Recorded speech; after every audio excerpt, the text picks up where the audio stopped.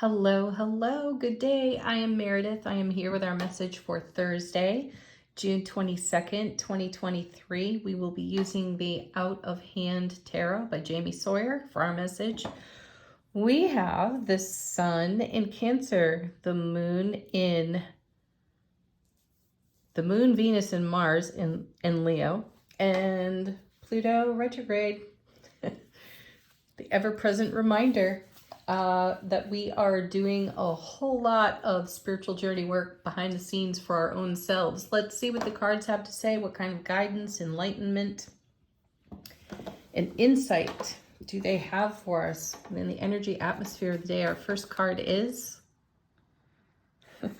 the Nine of Cups. Well, we've been on quite the major arcana run lately, and if you're not going to turn over a major arcana as your first card, the Nine of Cups it ain't too shabby. It's the wish card. It's a fulfillment card. And I am enamored of how it's been done in this deck because I am so fond of sharing with you all that the Nine of Cups is not the whimsical wish card it is often made out to be. It comes with a whole lot of emotional investment and life journey experience. How do we develop our dreams, our intentions, and our goals, or the achievements that we've set for ourselves? It takes quite an investment. Obviously, a choice, a calling from the heart space, and then all of our feels will go into what it is we are cultivating, right? And here we have the Nine of Cups, and it's a pottery wheel. There are 8 cups already done. The 9th one's on the wheel. This shows a lot of dedication, a lot of investment, self-mastery into crafting these beautiful cups. So this is a wish fulfillment, a dream fulfillment taking place, coming into being. We're literally holding it in our hands. We are making it. That's our magic at work right there in the Nine of Cups. So such a beautiful card to see. Lots of fulfillment in the energy of the card. Personal sense of gratification, emotional satisfaction from the investment that we have put into what means the very most to us. Great start to the reading. Let's see what's next. Seven of Pentacles. Oh, I'm also hearing from my guides right now that we're seeing a lot of evidence connected to our Nine of Cups investment. So this means that the ripple effect, according to my guides, the ripple effect around the self-mastery extends into a lot of other areas in our life within our sphere of influence. And we are witnessing the ripple effect in how it is influencing our Seven of Pentacles, our next card. So here again, we are undertaking a creation here with baking muffins or cupcakes, right? So we have put the energy investment in making this. We've set it in the oven. It's baking. We're testing. We're checking. It's not quite ready yet. And what I'm sensing is that the ripple off the Nine of Cups, the fulfillment there, is influencing the development of other goals, other dreams, other wishes that are not yet fulfilled. They are in the process. And we're still in the process of fulfillment here on the Nine of Cups. So it has it's got a vibe to it that's touching other areas of our life. So the Seven of Pentacles is abundance. It's heaven on earth. There is something emerging in our world on our foundation within our sphere of influence that we have dedicated a significant amount of energy and attention to. So it's still in development, but it's being blessed by our 9 there. And then we have the Fool. These are excellent cards. What I feel here is a burgeoning energy. Yeah, burgeoning is the word. That's coming from my guides. There is something that is blossoming. It's ripe, it's verdant, it's vital, and inspiring. And here's the Fool stepping out the door, going through the door onto the next adventure.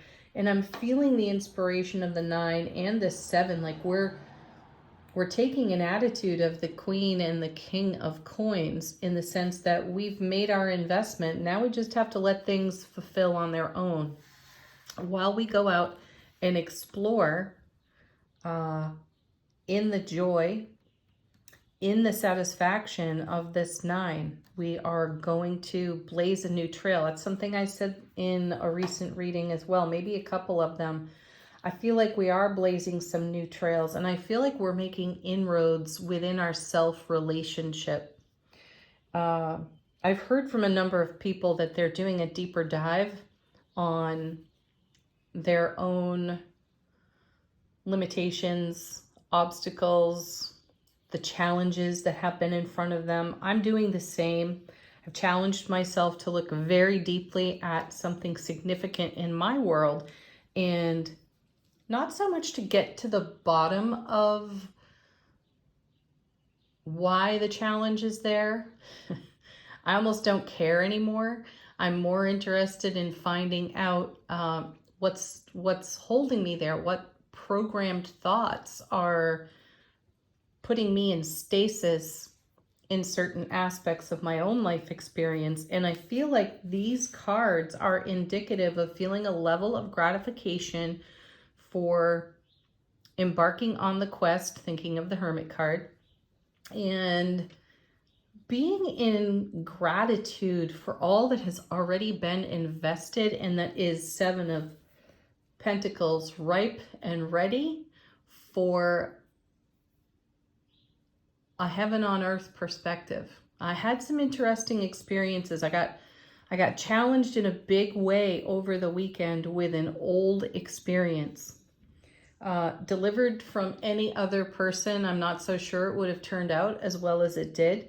Though what I arrived at in my deeper examination is, if I am not challenged on an old topic, if someone doesn't come along and push the button, the trigger, if you will, how am I ever going to know if I've grown past it? So while it was a really uncomfortable experience in the moment and some rippling outward moments, ultimately I discovered I was no longer triggered by this old thing. So I'm sharing this because I'm sensing this in these cards, because we all invest in our dreams and our goals. And sometimes those dreams and goals are amorphous. You know, they're not really anything that we can touch. They haven't taken shape. They're just sort of becoming. And then there are some of the things that we are dreaming for, wishing for, intending for, that have taken some shape, though until we get that challenge issued once again, that put us in a position where we're not succeeding or having fulfillment, we aren't going to know how far we've come without a little bit of contrast. So someone threw some contrast my way this past weekend, and it was fabulous. Really, really fabulous. And I'm sensing it here in these 3 cards. So now we're ready to blaze a new trail, because we've discovered, hey, that old situation is gone. I'm not connected to that anymore. It's no longer a part of my old story. And yet, until you have the moment, you don't know you're harboring it, right? I didn't know I was giving it a home in myself, or that I was even still carrying it around in my thoughts and my feels.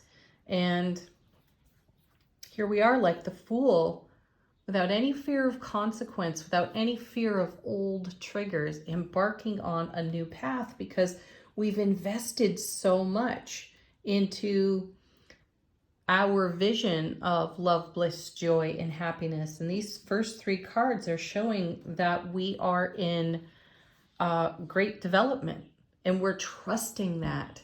We're trusting that, like the King and the Queen of Pentacles. They make the investment, they trust, they move on, they head out on a new journey, on a new path to explore what more they can add to their realm, right?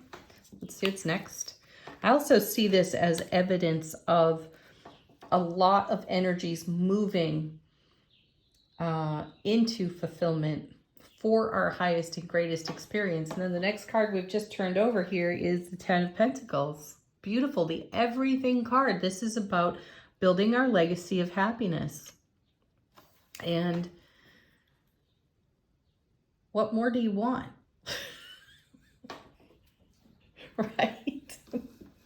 This is why we go so deeply in investing in our self-mastery. This is why we invest for the long haul. We're taking a look at lasting fulfillment when we are engaging the Seven of Pentacles. Typically, you see this card as a person in their garden. They look a little weary from tending all the vines, but the vines are ripening and they're lush and they're full and they are bearing fruit. It's not quite ready for picking, but while it ripens, we're off blazing a new trail to continue to add to this beautiful Ten of Coins, our legacy of happiness. And we're challenging ourselves. Look at this. Now we have the Star. We're challenging ourselves by taking a deeper look, a deeper dive into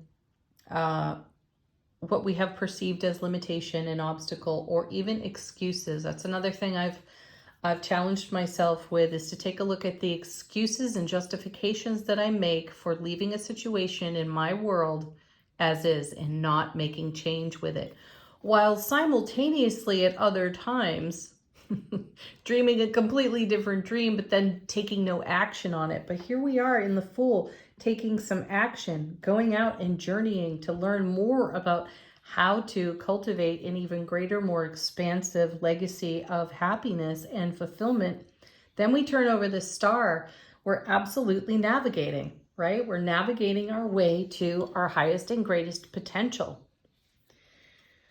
And how are you going to know if you've arrived unless you meet and greet an old obstacle and address it in a new way, a now way?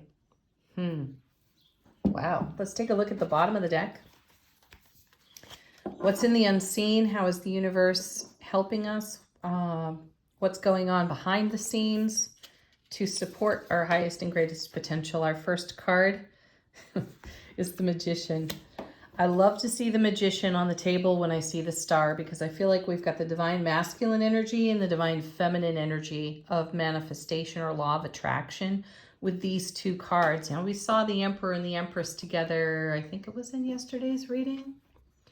Right, yes. And there was a whole lot of creation energy coming out of that. And here we're using our magic, engaging our magic, Nine of Cups, to create more heaven on earth for ourselves. So this is the as above, so below. This is the vision that we hold in our thought field, memory field, and then we channel this through our heart energy and we create something of it. We are making something of our dreams, our goals, and our wishes. And you can see that action taking place in all of these cards here. And the universe is saying, yes, I'm lending you a hand. Oh my goodness, look, because now we have the Sun. Here we go with the major arcana. It started with the Fool. We moved into the Star. Now we've got Magician and Sun, the happiest card there is in tarot. Gosh, brilliant clarity, happiness, joy. And then look at this, another major arcana, Justice. We're balancing our own scales. We're being merciful when it comes to our emotional connection to all that we are in creation for and with, over here with our Nine and our Magician. So the universe is giving us a nice dose of truth, encouraging us to be merciful and kind when it comes to our inner dialogue, especially if we're addressing some of the old BS that we were once triggered by, and helping us to move that through the light of the Sun to bring in this great happiness, this great lasting happiness in the Ten of Coins. And then we have, look, Two of Wands. I think this was in yesterday's reading as well. This way we can, like the Fool, step through a new doorway of opportunity. If we're going to blaze new trails, we're going to want to step through those portals of opportunity that present for us. And then we have the Four of Cups. That's my gratitude, appreciation, count your blessings card. Because when you are in that energy, you create more. So there's an Ace of Cups incoming. You know, you've got cups over here, and now you're receiving another one as painted by the Magician. Beautiful connection to this first part of the reading. That's like our 10th cup. Yeah, Eight of Pentacles, self-mastery, dedication, discipline, being a disciple of our own self-mastery. Beautiful. Keep it up, keep going, keep investing. All right, angel answers. If you have a question, put it to the deck. Allow it to be confirmation for you, a positive message, a sign or a symbol that you've been looking for, asking for.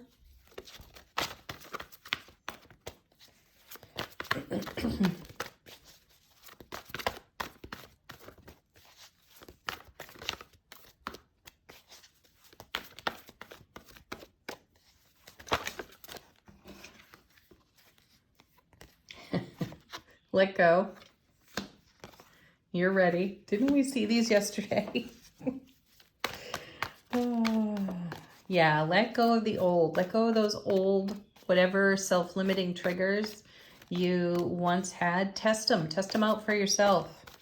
Or, you know, issue that statement to the universe. Please test me with old triggers and allow me to have a graceful opportunity to witness myself in receptivity of an old trigger, because I would like to see, to know, to feel, to perceive how I navigate that now, as opposed to assuming that I will respond in the way that I have always responded.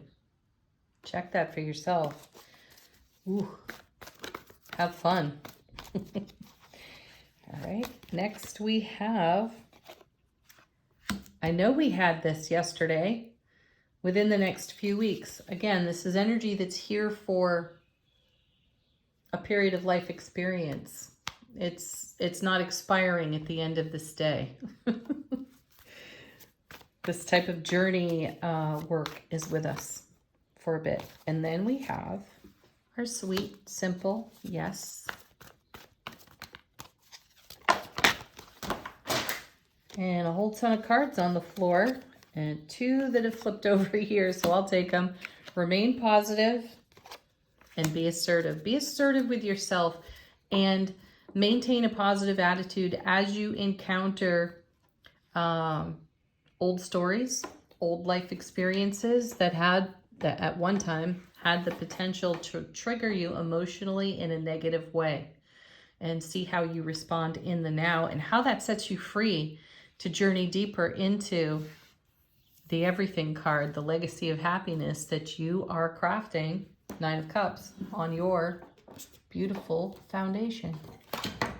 Final card, Wisdom of the Oracle. How is our soulful presence informing our waking consciousness?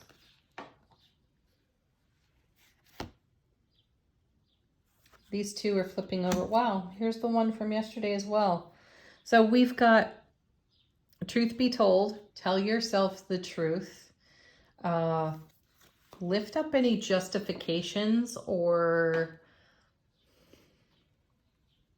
revised history that you have been speaking in your own inner dialogue. Tell yourself the truth. Don't revise the truth of past experiences. So this way you can move through the less than favorable energies of prior stories, programming, attitudes, behaviors, beliefs, so that you can imagine something different, something better, something more fulfilling for yourself. Have a beautiful Thursday, everyone. Thank you so much for watching. Peace, love, joy, happiness. Namaste. Leave some comments, send some emails, whatever you like.